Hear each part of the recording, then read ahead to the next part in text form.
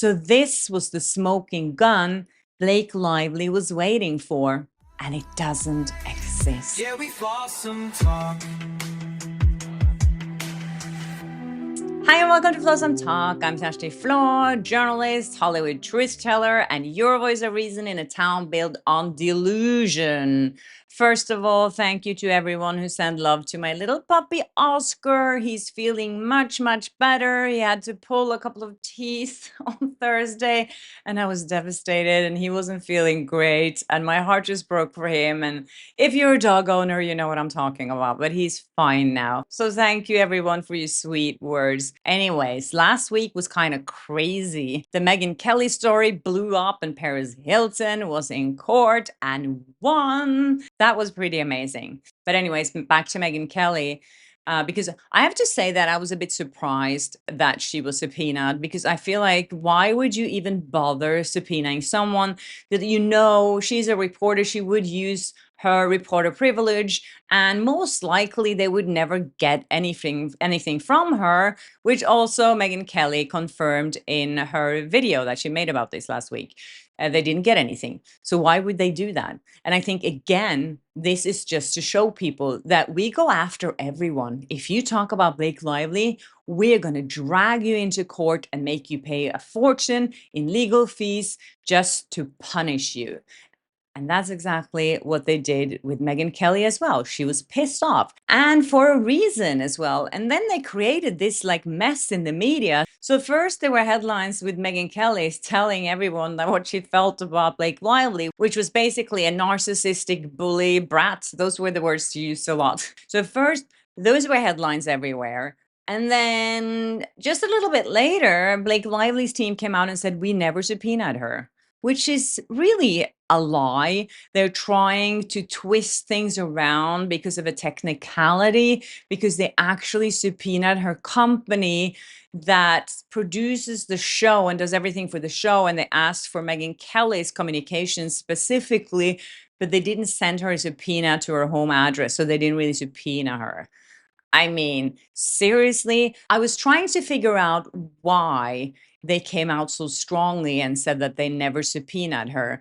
And I think they really wanted people to read that headline and not click on the stories, because they know a lot of people read headlines and they were like, oh, they didn't subpoena her. Okay, I'm not going to click on the story to bother to read what it's all about. Megyn Kelly actually came out with a statement about it. She said that typical Blake Lively, once again, obfuscating to try to avoid embarrassment for her own inappropriate behavior. She subpoenaed the company that until recently employed me and my staff and my show staff, asking for documents, communications, contracts, etc. about her, Justin Baldoni, and their lawsuit, specifically naming me and my show in the subpoena.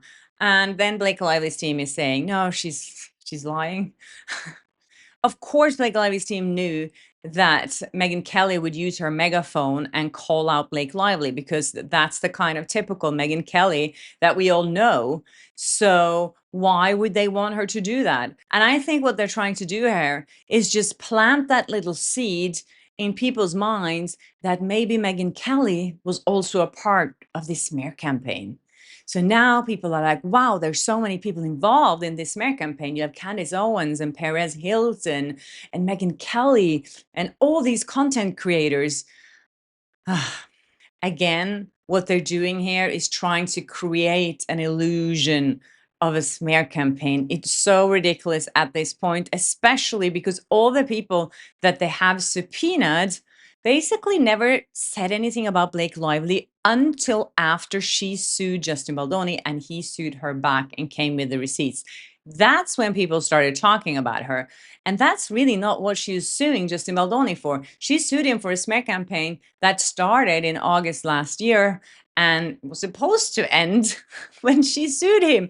But then she said that after she sued him, that's when it really started. I mean, should you sue people before you think that they might do something to you that can justify that you sue them before they actually did it? I mean, it's so absurd. So, of course, the reason why they did this to begin with was to like another scare tactic. Look, you're not even safe if you're Megyn Kelly, because we will subpoena you if you talk badly about Blake Lively. So look at what we put her through. And if you don't have that power and the money that Megyn Kelly has to protect herself and defend herself, it's going to look bad for you, because Blake Lively has a ton of money and all the time in the world to go after people who dislike her publicly. I'm so happy that Megyn Kelly came out really strongly against Blake Lively, because I think it's the only language that works. And every headline repeated what Megyn Kelly said about her: narcissistic, bully, brat. In an effort to disprove that she's an unlikable bully brat who did not deserve any of the negative press she received, Blake Lively acts like an unlikable bully brat who cannot believe any of that negative press could possibly be genuine. It was you. It was all you who made me unable to stand you. Of course, that's why they had to respond, saying Megyn Kelly is a liar, basically, that we never did any of this. So another day in this PR war.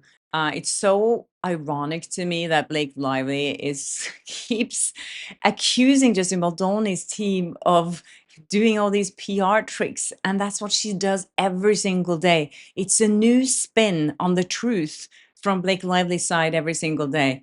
It's so bananas at this point. I think they made a big mistake going after Megyn Kelly like this, because most people, if you read an article or if you read a headline, Megyn Kelly was subpoenaed, and then the next hour you read, she wasn't subpoenaed, we never subpoenaed her, you get kind of curious to find the truth. And then when they saw what really happened, they're like, well, you did actually subpoena her. One thing for sure is that they're going to use this in court and say that we tried to subpoena Megyn Kelly, but she really fought the subpoena so hard. And the reason for that is that she probably has a lot to hide. She was a part of this smear campaign as well as all these other content creators and journalists that we subpoenaed that refused to give us anything. As you know, they withdrew my subpoena, and they withdrew all the subpoenas from the content creators and journalists who actually fought them.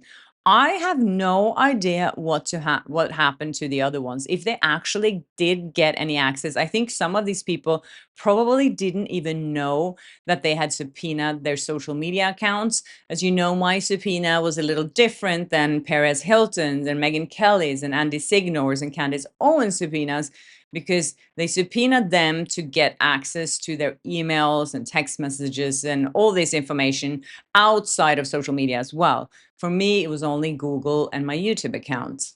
And a lot of people didn't even realize that they had been subpoenaed. What could they find from people's Google's accounts? I don't know, not anything really. And that's why this is so disgusting. There are only two reasons why they're doing this to people: to scare people and to punish people. Hopefully, as you know, Perez Hilton is going to be in court on Tuesday fighting his subpoena. This time he's actually fighting the subpoena. Last time he was in court, he was fighting the subpoena for not having to fight it in New York. He wanted to fight it in front of the judge in Nevada, where he resides and where he works, which is really the law. Blake Lively's team tried to force him to come to New York and fight it there, but then Judge Lyman said, you know what, Blake, not this time.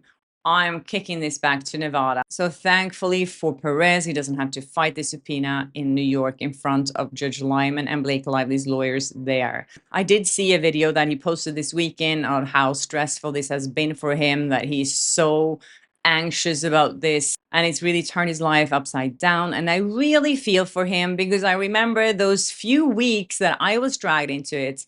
It's so stressful. It really, you feel so powerless. And for him to go through this alone without an attorney, that is nerve-wracking. My anxiety and stress were through the roof. And today it is worse. Like, I literally feel like my heart, my heart is beating so fast right now. It feels like, I wish you could hear it.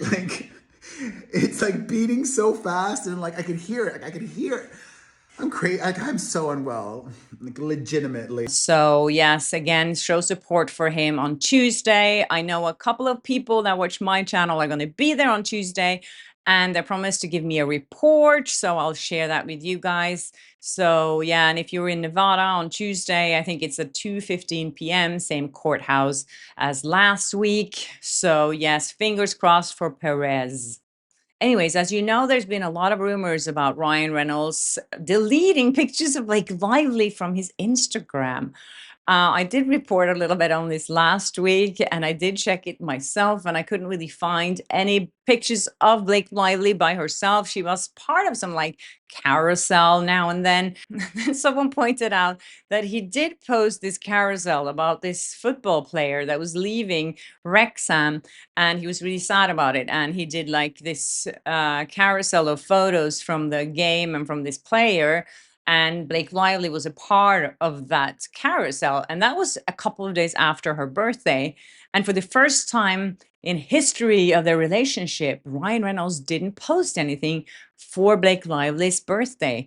So now people are speculating if the marriage is heading a rough patch, which I'm sure it is, because going through something like this and protecting your wife through something like this, when you know it's all based on lies, must really take a toll on you. Funny thing, I went into Ryan Reynolds and Blake Lively's Instagram accounts, and I was looking at their followers because first I saw Jennifer Aniston liked Ryan Reynolds' photo carousel of this football player, and I was like, why does Jennifer Aniston like that? She hasn't really liked any of his other posts. Why is she supporting him all of a sudden? And then I clicked on Ryan Reynolds' followers.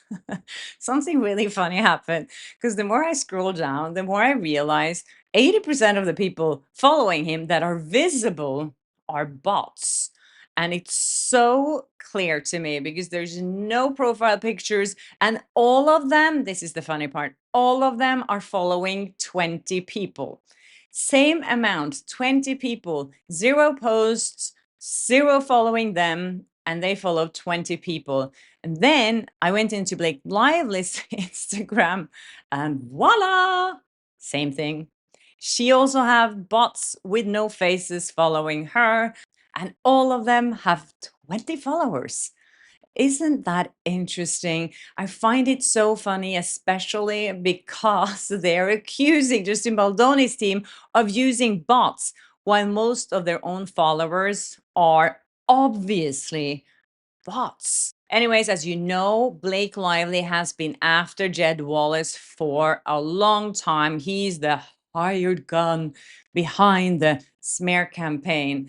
And she has really been asking the judge to compel Jed Wallace to show her more evidence. And he was dismissed from the case. And then she brought him back in again. And before he was dismissed the first time, the judge agreed that Jed Wallace had to show her his list of clients.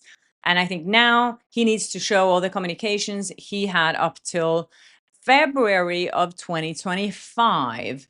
So she was asking to see all communications up till today, but then the judge cut it off. So she's not able to do that. But she's not able to see those Signal messages that she was after because Jed Wallace said on Signal, we always use this disappear mode. So as soon as you sent a message, someone read it, it just disappears. So sorry, Blake, they don't exist. So this was the smoking gun Blake Lively was waiting for, and it doesn't exist. All she's going to get now is a list of other people that Jed Wallace have been helping to get out of crisis when either someone like Blake Lively has been after them trying to attack them, or where they're just trying to clean their own image in the press. What's she going to get from that? She's probably going to get a lot of celebrities who are really pissed off with her because now everyone knows that they've used a PR team to help them come out of a crisis. And we're going to look at their image and be like, oh, that's why you said and did that, because you were trying to get out of a messy situation. I don't think people are going to like Blake Lively for pushing Jed Wallace to release this kind of list. And it's so far-fetched that she's trying to find like this pattern of behavior from his clients that they're also been smearing other people. I mean, Anyways, so I really enjoyed seeing that the judge actually denied Blake Lively to see those signal messages that don't exist. I wanted to mention another story at the end of this episode because I don't know if you saw that some outlets were trying to romantically link Pamela Anderson and Liam Neeson. I mean, it's been everywhere the last few weeks or months because the two of them are in a movie together, The Naked Gun, and they were together on the red carpet looking kind of cozy together. And when I saw it, I was like, I don't believe that for a second. Honestly, because I've met Liam Neeson and I met Pamela Anderson. I actually had lunch with Pamela Anderson a year ago. I was sitting next to her at this luncheon and I spoke to her. And my impression of her and my impression of Liam Neeson, I feel like they are a complete like opposite. They would never fall for each other. And I was right. Pamela Anderson and Liam Neeson's relationship was PR stunt from the start. They say sources with direct knowledge tell TMZ the whole Pam plus Liam love fest was cooked up by their PR teams and Paramount while The Naked Gun was still filming in spring 2024. And then it says, in fact, we're told Pamela and Liam didn't even see each other from the time cameras stopped rolling in June of 2024, last year, until the press tour launched more than a year later in July 2025. A big slice of the stunt involved Pamela claiming she was baking muffins and sourdough bread for Liam, something he even played along with in interviews. I mean, now that we know how these PR machines works, this kind of stuff also kind of upsets me. They're trying to trick us into believing there's some romance between these two people because we are just dumb audiences that if we believe that, we're going to go and watch their movie. And this keeps happening in Hollywood. I saw it with Sydney Sweeney a couple of times and with Brandon Sklenar and what's her name, Megan Fawny or whatever, when they were promoting their last movie. They're pretending that they're in love and that they're dating, so people would start speculating. And then they're like, oh, no, it was just rumors and it was nothing true, but did you like the movie? And this is such double standards to me because, you know, celebrities get so upset when you talk gossip about them. They're slandering in gossip magazines and then they create the rumors themselves. Just putting that out there because I feel like some people were actually really excited about these two people hooking up and that they are having a relationship and they felt like, oh, both of them really deserves to be happy. But it was just a lie. And that really makes me not want to see that movie. Anyways, that's it from you guys. I hope you enjoyed this episode and please keep sending me tips. And subscribe if you haven't. Hit the notification bell so you never miss an episode. And I'll see you in my next one. Yeah, we Bye. awesome talk.